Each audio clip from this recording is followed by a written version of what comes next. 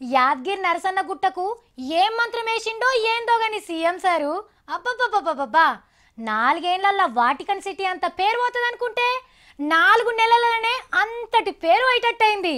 Public అంతా తిరుపతి ఎంకన్న కాడికే పోతుండ్రు, షిరిడి సాయిబాబా కాడికే పోతుండ్రు అని sir గుట్టను తాంబేల ఆకారంలో మారుస్తా అంటేనే గీ తీర్ల పేరస్తే ఇక రూపం మొత్తం మారినాక బయట దేశాలలో కూడా వస్తారు కావచ్చు.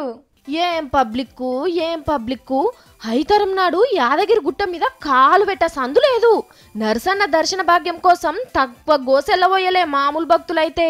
చాలా మంది వచ్చే వరకు ఇక ఇదే సందు అనుకొని 150-200 రూపాయలు చేసిండ్రు టికెట్లు ఆఫీసర్లు ఎన్నళ్ళేంది. పైసలున్న వాళ్ళంతా జల్దిగా దర్శనానికి పోతే ధర్మ దర్శనానికి పోయేటోళ్ళు మాత్రం జాలీల నడుమ పొంటెల కమానం నిలబడుడైంది. ఇక చాలా మంది పోరగాండ్లైతే దూపకు తిండికి మస్తు ఏడ్చిండ్రట. భక్తుల బాధలేమో గాని గుడికైతే మస్తు ఆమ్దాన్ వస్తున్నది. నిన్న ఒక్క దినంలోనే 33 లక్షల రూపాయలు వచ్చినాయట.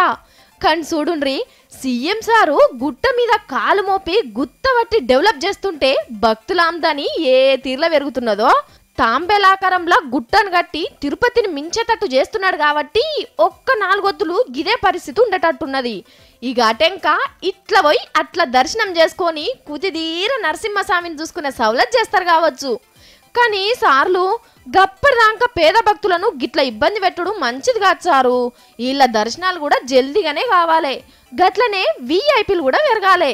ఏమన్నా ఆలోచన చేసి గీ పని చేసి పెట్టుండ్రి సారు, అందరికి నిమ్మలమైతుంది దేవుని తానికి వచ్చినందుకు.